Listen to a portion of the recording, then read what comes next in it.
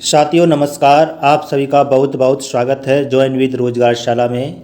साथियों, मैं आपके लिए डेली आपकी परीक्षा यूपी पुलिस के लिए जो पुनः परीक्षा होने वाली है, री एग्ज़ाम होने वाला है, उसके लिए जीके एंड जीएस के कुछ महत्वपूर्ण प्रश्न लेके आता हूं और उनका विश्लेषण भी साथियों में करता हूं साथ साथ में। साथियों, ये प्रश्न आपकी परीक्षा के दृष्टिकोण से अति महत्वपूर्ण हैं और साथियों ये प्रश्न यूपी पुलिस ही नहीं, यूपी के जितने भी एग्ज़ाम होते हैं, वनडे के जितने भी एग्ज़ाम हो, एसएससी, रेलवे, कोई भी एग्ज़ाम हो साथियों, उन सभी एग्ज़ाम्स के लिए ये जीके एंड जीएस के प्रश्न अति महत्वपूर्ण हैं। तो स्टार्ट करते हैं साथियों आज की वीडियो को स्टार्ट करने से पहले मैं आपसे एक रिक्वेस्ट करना चाहूँगा, यदि आपने मेरे यूट्यूब चैनल ज्वाइन विद रोजगारशाला को सब्सक्राइब नहीं किया है तो प्लीज़ इसे सब्सक्राइब कर लीजिए और वीडियो पसंद आती है तो लाइक भी कर सकते हैं और वीडियो पर कमेंट भी कर सकते हैं। स्टार्ट करते हैं साथियों। पहला प्रश्न कह रहा है कि राष्ट्रपति का वेतन 5 लाख रुपए कब किया गया था साथियों। ये पूछ रहा है जो राष्ट्रपति का वेतन 5 लाख रुपए है, इसको कब किया गया था। तो साथियों बताइए इसका सही उत्तर क्या होगा। 2017, 18, 2019, 2020। तो इसका सही उत्तर विकल्प बी हो जाएगा साथियों। कब? 2018 से राष्ट्रपति का वेतन 5 लाख रुपए कर दिया साथियों। कब से? 1 अप्रैल 2018 से। आई बात समझ में? 2018 1 अप्रैल 2018 से लागू किया गया था 5 लाख रुपए राष्ट्रपति का वेतन।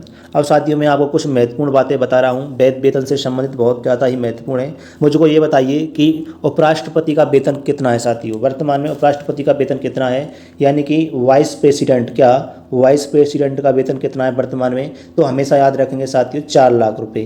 कितने? 4 लाख रुपए है। वही बात करता हूँ मैं क्या साथियों, यानी कि राज्यपाल का वेतन बताइए, राज्यपाल का वेतन कितना है। तो साथियों अगर राज्यपाल के वेतन की बात करें तो राज्यपाल का वेतन 3.5 लाख रुपया है, हमेशा याद रखेंगे। अगर मैं आपसे पूछूं साथियों, जो यूटी होते हैं, जो यूटी के उपराज्यपाल होते हैं साथियों, जो यूटी हैं उनके उपराज्यपाल हैं, उनका वेतन कितना होता है। तो हमेशा याद रखेंगे साथियों 1,10,000 रुपये। कितना? 1,10,000 रुपये होता है। वहीं बात करता हूँ साथियों जो सुप्रीम कोर्ट होते हैं उनके सीजेआई यानी कि मुख्य न्यायाधीश, सीजेआई यानी कि मुख्य न्यायाधीश का वेतन कितना होता है, यानी कि सीजेआई चीफ जज ऑफ इंडिया कितना होता है इनका वेतन साथियों। मुख्य न्यायाधीश का ये होता है साथियों कितना? 2,80,000 रुपये साथियों। वहीं बात करता हूँ जो सुप्रीम कोर्ट होता है, इसके जो अन्य न्यायाधीश होते हैं, जो सुप्रीम कोर्ट के अन्य न्यायाधीश होते हैं, उनका वेतन कितना होता है। तो हमेशा याद रखेंगे साथियों उनका वेतन होता है कितना, यानी कि 2,50,000 रुपये। कितना? 2,50,000 रुपया। अब मैं बात करता हूँ साथियों किसकी, जो आपके हाई कोर्ट होते हैं। क्या हाई कोर्ट होते हैं राज्यों में, जो हाई कोर्ट होते हैं उनके मुख्य न्यायाधीश होते हैं, उनके जो मुख्य न्यायाधीश होते हैं हाई कोर्ट के, उनका वेतन कितना होता है।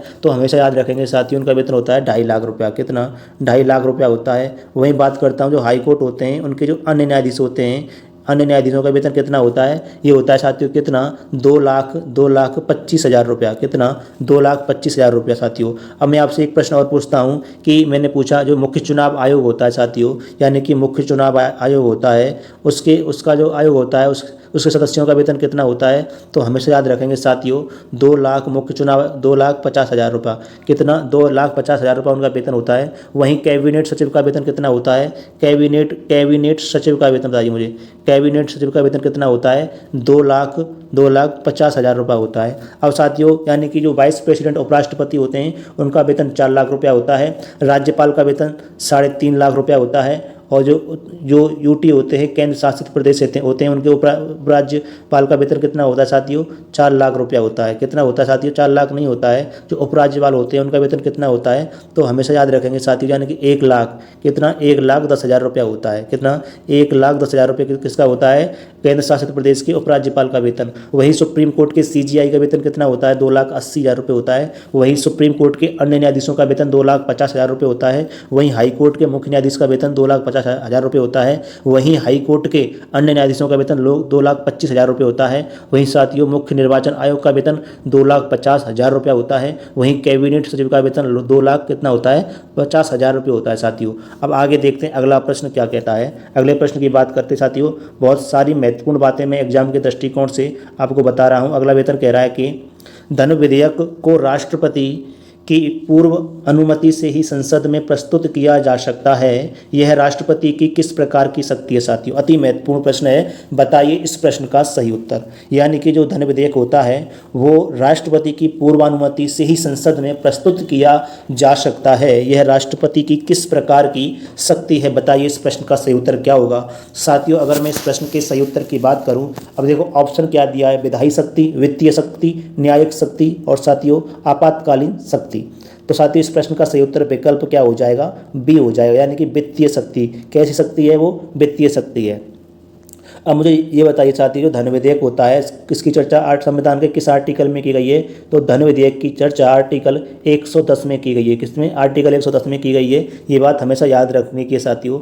अब मुझको ये बताइए साथियों, जो विधायी शक्ति होती है राष्ट्रपति की वो क्या होती है। अगर मैं विधायी शक्ति की बात करता हूँ तो साथियों जो राष्ट्रपति होता है वो राज्यसभा में कितने 12 सदस्यों की नियुक्ति करता है, कितने 12 सदस्यों की क्या करता है, नियुक्ति करता है। ये किसकी शक्ति है, राष्ट्रपति की विधायी शक्ति है।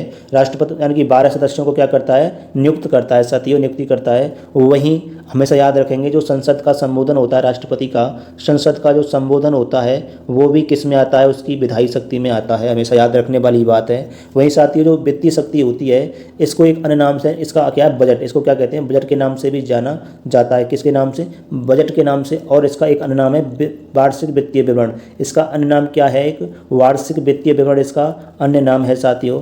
वहीं मैं आपसे एक प्रश्न पूछता हूं, जो राष्ट्रपति की न्यायिक शक्ति कौन सी होती है, तो साथियों एक आर्टिकल आता है, कौन सा, आर्टिकल 143, यानी कि 143 क्या कहता है, आर्टिकल 143 कहता है कि राष्ट्रपति सुप्रीम कोर्ट से परामर्श कर सकता है। यानी कि किसी भी बात पर राष्ट्रपति सुप्रीम कोर्ट से परामर्श कर सकता है, लेकिन उस परामर्श या सलाह को मानने के लिए बाध्य नहीं है।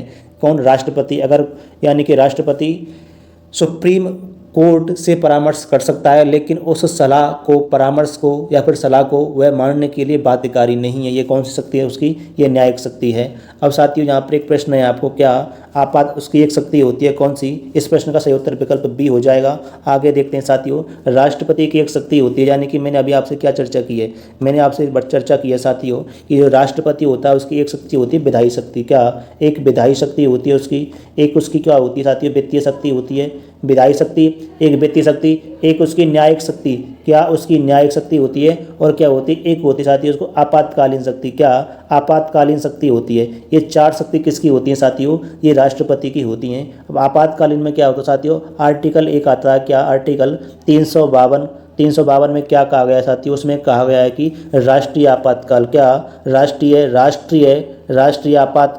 राष्ट्रीय आपातकाल की चर्चा किसमें की गई है, आर्टिकल 352 में की गई है। अब मुझे ये बताइए साथियों कि राष्ट्रीय आपातकाल अब तक कितनी बार लग चुका है, तो साथियों हमेशा याद रखें कितनी बार, 3 बार लग चुका है। कितनी बार, 3 बार राष्ट्रीय आपातकाल लग चुका है। ये बात किसमें है, राष्ट्रीय आपातकाल की, आर्टिकल 352 में। वहीं एक आर्टिकल आता है साथियों, क्या, 356 आर्टिकल आता है। 356 क्या कहता है, 356 कहता है कि राष्ट्रपति शासन, राज्यों में क्या लग सकता है, राष्ट्रपति शासन लग सकता है, राष्ट्रपति शासन लग सकता है राज्यों में।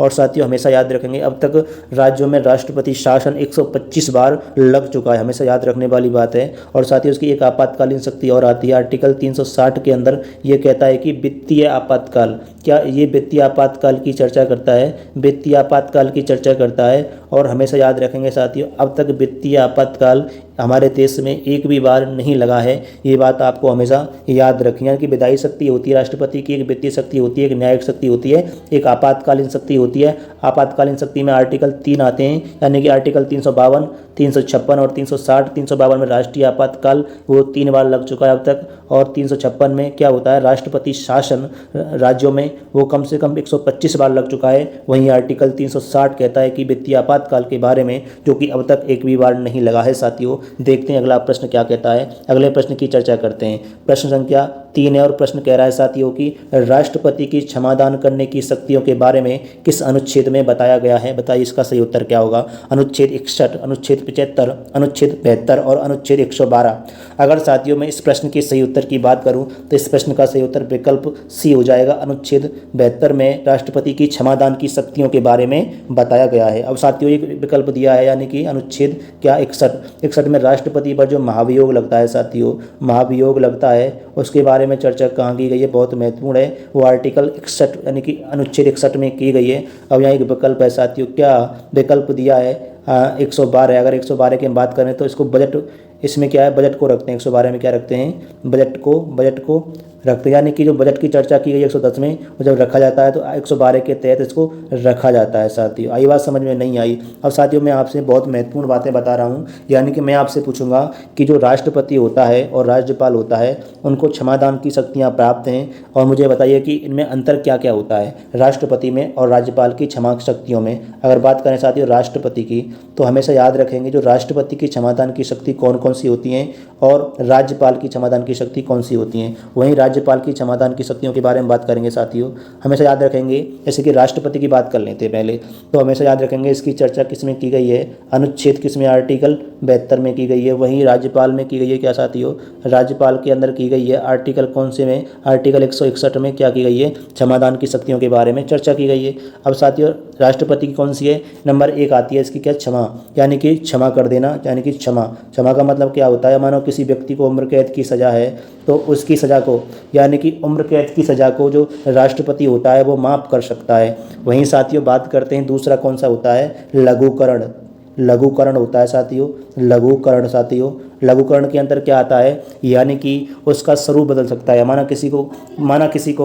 किसी को फांसी की सज़ा सुना दी गई है साथियों, तो राष्ट्रपति को ये अधिकार है वह उसकी फांसी की सज़ा को कम करके उम्र कैद की सज़ा में परिवर्तित कर सकता है। उसे क्या कहते हैं साथियों, लघुकरण कहते हैं। वहीं बात करते हैं साथियों तीसरी क्या आती है इसकी, परिहार किसे कहते हैं, हमेशा याद रखेंगे। परिहार में क्या होता है, स्वरूप को बिना बदले सज़ा कम कर दी जाती है, यानी कि माना कि किसी को उम्र कैद की सज़ा कर दी गई है तो क्या करेंगे उसको, यानी कि किसी को उम्र कैद की सज़ा कर दी गई है तो उसको क्या करेंगे, मानो कि 20 साल की उसकी उम्र कैद की सज़ा है, तो लेकिन साथियों स्वरूप उसका उम्र कैद ही रहेगा, लेकिन यानी कि 20 साल, लेकिन उसका क्या कर देंगे, उसमें परिवर्तित कर देंगे। यानी कि मानो किसी व्यक्ति पर, मानो कि कोई व्यक्ति जेल में है, यानी कि जेल में वहाँ पर उसको कठोर काम करवाया जाता है, यानी कि कठोर सज़ा दे दी गई है, तो क्या करेगा राष्ट्रपति, उस कठोर सज़ा को कम करके मतलब हल्की सज़ा में परिवर्तित करेगा, फिर उस पर कोई कठिन काम नहीं कराया जाएगा या कोई श्रम नहीं कराया जाएगा। ये अधिकार किसको दिया गया है साथियों,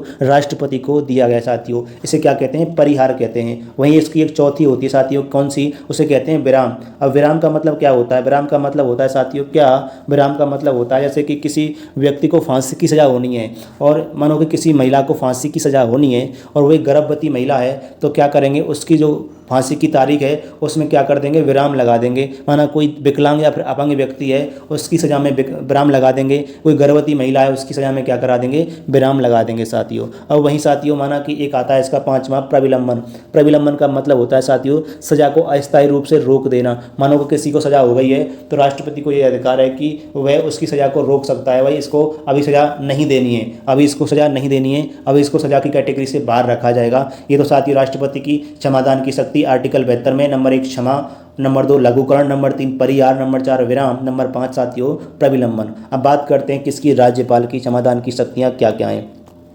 अगर हम राज्यपाल की क्षमादान की शक्तियों की बात करें साथियों, यानी कि राज्यपाल की क्षमादान की शक्तियाँ क्या होती है साथियों, सेम होती हैं, लेकिन एक अंतर होता है साथियों। जो आपके सैनिक अधिनियम मार्शल लॉ है, जो एक सैनिक अधिनियम है मार्शल लॉ, यानी कि किसी सैनिक के अधिकारी पर किसी भी कारण से कोई भी दोष आरोपित हो गया है और उसको सज़ा देनी है तो राष्ट्रपति क्या कर सकता है साथियों, इस राष्ट्रपति इसकी सज़ा को ख़त्म कर सकता है। जो सैनिक अधिनियम मार्शल लॉ है जिसको 1950 में लाया गया था साथियों, किसी सेना के अधिकारी पर कोई दोष आरोपित हो जाता है, दोषी करार हो जाता है, तो राष्ट्रपति इसकी सज़ा को क्या कर सकता है, ख़त्म कर सकता है। लेकिन साथियों हमेशा याद रखेंगे जो राज्यपाल होता है उसको मार्शल लॉ की सज़ा को कम करने का कोई भी अधिकार नहीं है। और साथियों इसमें एक अंतर ये आता है राज्यपाल में, जो साथियों राष्ट्रपति होता है वो मृत्युदंड होता है उसकी सज़ा को कम कर सकता है, लेकिन जो राष्ट्रपति होता है वो मृत्युदंड की सज़ा को कम कर सकता है, लेकिन जो राज्यपाल होता है उसको मृत्युदंड की सज़ा को कम करने का कोई भी अधिकार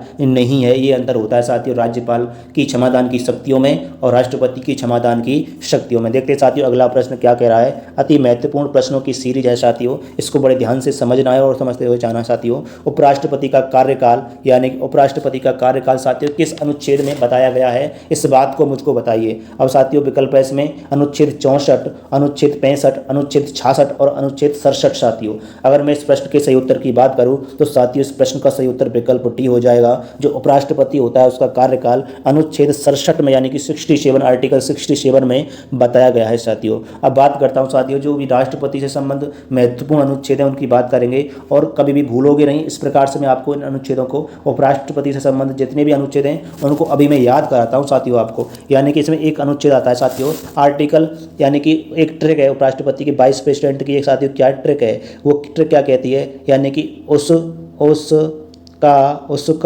निकास उसका निकास शनि साथियों, उसका निकास शनि ये ट्रिक होती है साथियों। अब ऊ का मतलब क्या होता है साथियों उपराष्ट्रपति यानी कि उपराष्ट्रपति का उपराष्ट्रपति, ऊ का मतलब क्या होता है उपराष्ट्रपति। और ये किसमें उपराष्ट्रपति होगा भारत का एक, इसकी चर्चा किसमें की गई है 63 में साथियों, 63 में चर्चा की गई है उपराष्ट्रपति की।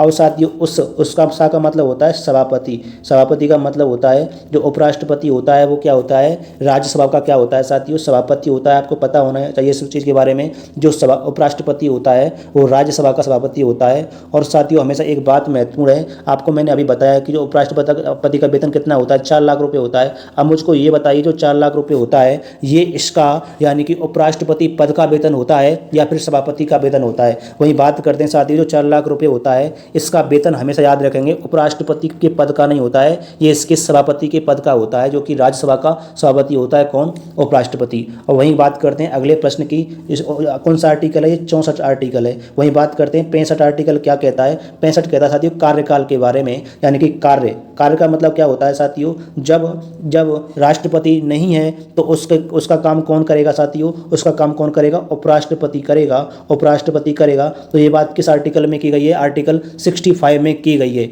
वहीं बात करते हैं आर्टिकल 67 की, तो आर्टिकल 66 क्या कहता है साथियों 66 कहता है कि निर्वाचन जो उपराष्ट्रपति होगा उसका निर्वाचन किस प्रकार से होगा, यानी कि उसके निर्वाचन के बारे में क्या की बात कही गई है कि राज्यसभा प्लस लोकसभा के सभी सदस्य मिलकर के क्या करेंगे उपराष्ट्रपति का सभी सदस्य मिलकर के उपराष्ट्रपति का क्या करेंगे साथियों निर्वाचन करेंगे। वहीं आर्टिकल 67 क्या कहता है 67 कहता है कि कार्यकाल उसका कार्यकाल कितना होता 5 वर्ष उसका कार्यकाल होगा साथियों, कार्यकाल कितना होगा उपराष्ट्रपति का 5 वर्ष होगा। वहीं बात करता है साथियों सा का मतलब होता है समय, यानी कि समय का मतलब क्या होता है यानी कि दोबारा पद को भरने में लगा समय, यानी कि उसकी दोबारा जो उपराष्ट्रपति का पद खाली हो गया है तो उसके पद को भरने में जो समय लगेगा वो किस आर्टिकल में बात की गई है 68 में उसकी चर्चा की है समय के बारे में। अब बात करते हैं साथियों सा की, तो सा का मतलब होता है साथियों शपथ, तो शपथ की चर्चा की गई है आर्टिकल 69 में। वहीं बात करते हैं साथियों यानी कि नी का मतलब होता है निर्वहन, जो अपने पद का उत्तरदायित्व लेगा उसके पदों का सभी कामों का निर्वहन करेगा, उसकी चर्चा किसमें की गई है आर्टिकल 70 में की गई है साथियों। अब बात करते हैं अगले प्रश्न की, अगला प्रश्न क्या कह रहा है यानी कि अगला प्रश्न कह रहा है कि उपराष्ट्रपति पद के लिए निर्वाचक मंडल में कौन शामिल होते हैं, उपराष्ट्रपति पद के लिए निर्वाचक मंडल में कौन शामिल होते हैं बताइए। पहला विकल्प है संसद के दोनों सदनों के सिर्फ निर्वाचित सदस्य, संसद के दोनों सदनों के सभी सदस्य, लोकसभा राज्यसभा और राज्य विधानमंडल के मनोनीत सदस्य, और लोकसभा राज्यसभा और राज्य विधान सभा के चयन सदस्य। बताइए इस प्रश्न का सही उत्तर क्या होगा। अगर मैं इस प्रश्न के सही उत्तर की बात करूं तो इस प्रश्न का सही उत्तर विकल्प साथियों बी हो जाएगा। कहने का मतलब क्या है कि संसद के दोनों सदनों के सभी सदस्य इसके निर्वाचन में भाग लेते हैं, उपराष्ट्रपति के निर्वाचन में। देखते हैं साथियों अगला प्रश्न क्या कह रहा है, अगले प्रश्न की बात करते हैं। अगला प्रश्न कह रहा है कि निम्नलिखित में से कौन सा सबसे बड़ा पठार है, बताइए इसका सही उत्तर। यानी कि ये सभी जो पठार दिए गए हैं इनमें से कौन सा पठार सबसे बड़ा है साथियों। अगर मैं इस प्रश्न के बाद बात करूं साथियों, ये सभी के सभी पठार हमेशा याद रखेंगे कि ये सभी कहाँ के हैं साथियों, ये यूएसए के पठार हैं, कहाँ के हैं और यूएसए के पठार हैं साथियों। तो इनमें से कौन सा सबसे बड़ा पठार है, तो हमें यानी कि सबसे ऊंचा कह सकते हैं ये कोलोराडो का, यानी कि कोलोराडो का पठार है। इसका सही उत्तर क्या हो जाएगा, विकल्प सी हो जाएगा। अब मुझे बताइए साथियों ये कैसे पठार हैं सभी, ये हैं साथियों उत्तर पर्वतीय, यानी कि उत्तरा पर्वतीय पठार हैं साथियों। ये कैसे पठार हैं, उत्तरा पर्वतीय पठार हैं। और साथियों जो उत्तरा पर्वतीय पठार है चारों के चारों हैं कोकोनेनो, एक्वेरिथम, एकोरिथस, कोलोराडो और साथियों कोलंबिया, ये सभी यूएसए के पठार हैं। वहीं साथियों एक उत्तर पर्वतीय पठारों में भारत का पठार, तिब्बत का पठार आता है, तिब्बत का पठार, यानी कि तिब्बत का पठार आता है साथियों। इसी उत्तर पर्वतीय पठारों के अंतर्गत एक तिब्बत का पठार भी आता है और जिसकी ऊंचाई कितनी है 4875, कितनी है साथियों 4875 कितनी है 4875 मीटर है। अब बात करते हैं साथियों अगले प्रश्न की। और साथियों एक इसमें फैक्ट और देख लीजिए। एक फैक्ट क्या है, एक छोटा नागपुर का पठार और है साथियों, यानी कि भारत का है वो, किसका, छोटा नागपुर का पठार, छोटा नागपुर का पठार और है साथियों। इसको किसके, ये कहाँ पर है साथियों, भारत में है ये। और साथियों इसमें क्या होता है, लाख का उत्पादन होता है, लाख का उत्पादन कहाँ होता है, ये साथियों छोटा नागपुर पठार में होता है। और साथियों इसको एक अन्य नाम से भी जाना जाता है, भारत का रूर की संज्ञा, यानी कि भारत का क्या है, भारत का रूर कहा जाता है इसको। आगे देखते हैं अगला प्रश्न क्या कह रहा है। अगले प्रश्न की बात करते हैं साथियों। अगला प्रश्न कह रहा है कि अफ्रीका की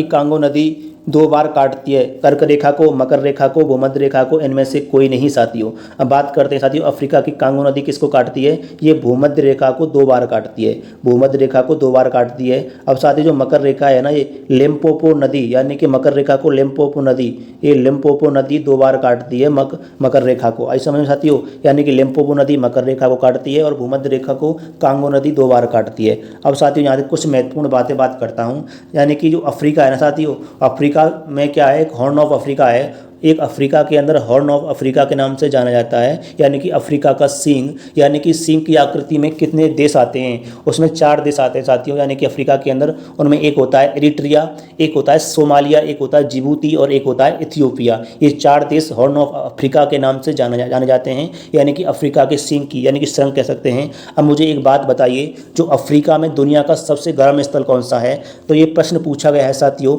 अफ्रीका में दुनिया का सबसे गर्म स्थल अल अजीजिया है, जो कि लीबिया के अंदर आता है और इसका तापमान दर्ज किया गया था लगभग 60 डिग्री, इसका तापमान दर्ज किया गया था, 2012 में इसको मापा गया था साथियों। अब एक बात और, अफ्रीका और एशिया के मध्य में एक जल संधि है साथियों, अफ्रीका और एशिया के मध्य में एक जल संधि है जो आपस में इनको जोड़ती है फिर अलग करती है। वो कौन सी जल संधि है साथियों, स्वेज नहर जल संधि, हमेशा याद रखेंगे। अब साथियों एक प्रश्न और पूछा जाएगा, जो आस्वान बांध है ना, आस्वान बांध, ये नील नदी का, जो कि अफ्रीका में ही है, नील नदी का सबसे ऊंचा क्या है साथियों, बांध है। अब इस बांध को क्या, ज़्यादा पानी से बचने के लिए इस बांध पर, जो आस्वान बांध है अफ्रीका में नील नदी पर, ज़्यादा पानी से बचने के लिए इस बांध पर एक झील बनाई गई है, ये प्रश्न पूछा गया है। इस पर एक झील बनाई गई है, उसका नाम है नासिर झील, जो कि मिस्र में है साथियों। अब बात करेंगे साथियों, आपको पता है जब यूरोपियन कंपनी आई थी भारत में, तो उस समय एक स्थान था, यानी कि कॉप ऑफ गुड होप साथियों, कॉप ऑफ गुड होप के नाम से अफ्रीका का एक स्थान है साथियों। अब इस पर सबसे पहले कौन पहुंचा था, कॉप ऑफ गुड होप पर साथियों, यानी कि 1487 में बार्थोलोमेव डियाज पहुंचा था, कहां पर, कॉप ऑफ गुड होप। अब बात करते हैं साथियों अगले प्रश्न की चर्चा करते हैं। अगला प्रश्न क्या कह रहा है, अगला प्रश्न कह रहा है कि ग्रहों या उपग्रहों के मार्ग को कहा जाता है। विकल्प है साथियों जेनिथ, जेट, ट्रेजेक्ट्री और अंतरिक्ष। अगर मैं इस प्रश्न के सही उत्तर की बात करूं तो इस प्रश्न का सही उत्तर विकल्प सी हो जाएगा, ट्रेजेक्ट्री। क्या, ट्रेजेक्ट्री इसका सही उत्तर है। अब साथियों मुझे बताइए कि पलायन वेग कितना होता है। पलायन वेग होता है साथियों, हमेशा याद रखें 11, मैं बता चुका हूं इसको पहले, 11.2 किलोमीटर प्रति सेकंड होता है पलायन वेग। अगर किसी वस्तु को पृथ्वी से 11.2 किलोमीटर प्रति सेकंड की स्पीड से फेंकें ऊपर की तरफ, तो साथियों वो वस्तु पृथ्वी के जो पलायन क्षेत्र होता है, पृथ्वी का जो गुरुत्वाकर्षण क्षेत्र होता है, उससे बाहर निकल जाती है, फिर वापस वो नहीं आती पृथ्वी पर लौट करके साथियों। अब बात करते हैं जो उपग्रह होता है, इसकी कक्षीय चाल कितनी होती है, तो हमेशा याद रखेंगे उपग्रह की कक्षीय चाल 8 किलोमीटर प्रति सेकंड होती है। ये प्रश्न पूछा गया है साथियों। अब ये क्या कह रहा है साथियों, यानी कि ग्रहों या उपग्रहों को क्या कहा जाता है, ट्रेजेक्टरी। इसका सही उत्तर क्या हो जाएगा, विकल्प सी हो जाएगा। अगला प्रश्न देखते हैं, अति महत्वपूर्ण प्रश्न है साथियों सभी। प्रश्न कह रहा है कि भारत में डेल्टा बनाने वाली नदियां हैं साथियों। अति महत्वपूर्ण प्रश्न है, कई फैक्ट कंप्लीट कराऊंगा मैं आपके, यानी कि भारत में डेल्टा बनाने वाली नदियां हैं। विकल्प ए है साथियों गंगा, महानदी, नर्मदा, दूसरा है साथियों कृष्णा, कृष्णा गंगा ताप्ती, तीसरा है कावेरी गंगा महानदी और चौथा है नर्मदा ताप्ती और कृष्णा साथियों। अब देखिए साथियों डेल्टा की बात कर रहा है, यह हमको कैसे पता चलेगा कि डेल्टा को कैसे पता करेंगे। साथियों जो नर्मदा नदी है ना वो डेल्टा थोड़ी बनाती है, वो तो भ्रंश बनाती है। मैंने आपको बताया कि डेल्टा और भ्रंश में क्या अंतर होता है, यानी एस्चुरी कहते हैं इंग्लिश में क्या कहते हैं, एस्चुरी कहते हैं भ्रंश को, यानी कि नर्मदा तो भ्रंश बनाती है, एस्चुरी बनाती है, इसलिए इसका सही उत्तर नहीं हो सकता है। अब इसमें क्या है ताप्ती, यानी कि ताप्ती भी भ्रंश बनाती है साथियों, ये भी इसका सही उत्तर नहीं हो सकता है। अब बात करते हैं चौथे विकल्प की, तो इसमें नर्मदा आता है, तो ये तो भ्रंश बनाती है, एस्चुरी बनाती है, इसलिए इसका सही उत्तर ये नहीं हो सकता है। तो इसका सही उत्तर क्या हो जाएगा, विकल्प सी हो जाएगा, यानी कि कावेरी गंगा महानदी। और साथियों इसकी और सहायक नदी है गोदावरी भी है साथियों, जो कि डेल्टा बनाती है, गोदावरी है एक, और एक साथियों कौन सी है, एक है साथियों ब्रह्मपुत्र। ये 5 नदियाँ क्या हैं साथियों, ये डेल्टा बनाती हैं। अब यहाँ से प्रश्न क्या पूछा जाएगा, उस बात को सुनिए। अब यहाँ से एक प्रश्न पूछा जाता है साथियों, अभी एक एक फैक्ट तैयार कराता हूँ मैं आपका। एक प्रश्न ये पूछा जाएगा जो आपका, यानी कि जो कावेरी नदी है, जो कावेरी नदी है, कावेरी नदी का उद्गम स्थान कावेरी का उद्गम पूछा जाएगा। ये उद्गम कहाँ से निकलती है साथियों, ये हमेशा याद रखेंगे। जो कावेरी नदी है इसका उद्गम है ब्रह्मगिरी चोटी, क्या साथियों, ब्रह्मगिरी चोटी। ये कहाँ है साथियों, ये कर्नाटक में है। ये ब्रह्मगिरी चोटी कर्नाटक से उद्गम होती है, निकलती है कौन सी, कावेरी नदी। अब इसमें एक है गंगा। अगर गंगा की बात करें साथियों, अति महत्वपूर्ण प्रश्न है, ये गंगोत्री ग्लेशियर से निकलती है, गंगोत्री ग्लेशियर से निकलती है, जो कि उत्तराखंड में जाती है, यूके में है। और साथियों एक प्रश्न आता है इसमें, यानी कि महानदी। अगर महानदी की बात करते हैं तो महानदी का उद्गम स्थान बताइए मुझे। तो महानदी का उद्गम स्थान है साथियों सिंगावा पहाड़ी, या सिंगावा पहाड़ी।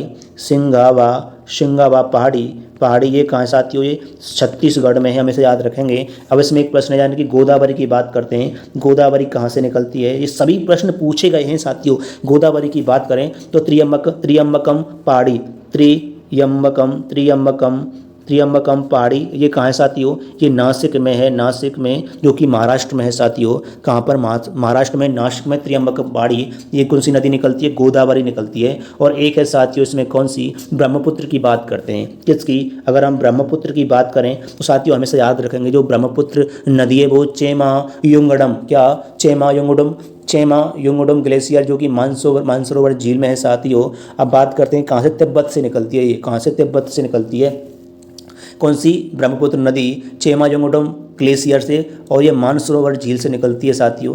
अब क्या बात करेंगे यहाँ से, और महत्वपूर्ण प्रश्न क्या बन सकते हैं, जैसे कि मैं आपसे पूछूं कि दुनिया का सबसे बड़ा डेल्टा कौन सा है, यानी कि दुनिया का सबसे बड़ा डेल्टा की बात करूं, दुनिया का सबसे बड़ा डेल्टा अगर मैं बात करता हूं तो हमेशा याद रखेंगे साथियों ये सुंदरबन का डेल्टा है, जो कि गंगा प्लस ब्रह्मपुत्र नदी का क्या है, ये डेल्टा है। उसका नाम क्या है साथियों, सुंदरबन का डेल्टा। आई बात समझ में नहीं आई। और साथियों इस सुंदरबन डेल्टा में क्या पाए जाते हैं, मैंग्रोव वन पाए जाते हैं। और साथियों हमेशा याद रखेंगे कि गंगा और ब्रह्मपुत्र नदी का डेल्टा है कौन सा, सुंदरबन डेल्टा। ये विश्व का, दुनिया का सबसे बड़ा डेल्टा है। और साथियों इसमें एक महत्वपूर्ण बात क्या है, जो गंगा ब्रह्मपुत्र का डेल्टा है उसमें साथियों 1/3 भाग कहाँ स्थित है, ये पश्चिम बंगाल में स्थित है साथियों। और 2/3 भाग ये कहाँ है, बांग्लादेश में स्थित है। किसका, इस जो सुंदरबन का डेल्टा है इसका जो ये बंगाल में है, 2/3 भाग इसका, और 1/3 भाग कहाँ है साथियों, इसको पश्चिम बंगाल में है। ये बात अति महत्वपूर्ण है। दुनिया का सबसे बड़ा डेल्टा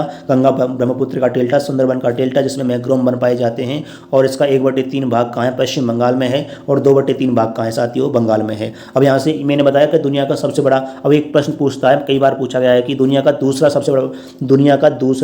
दुनिया का सेकंड नंबर का डेल्टा कौन सा है, इसके बारे में बात कर लेते हैं। अगर मैं दुनिया के दूसरे डेल्टा की बात करता हूँ तो इस कौन सा डेल्टा साथियों, गोदावरी। ये आंध्र प्रदेश में साथियों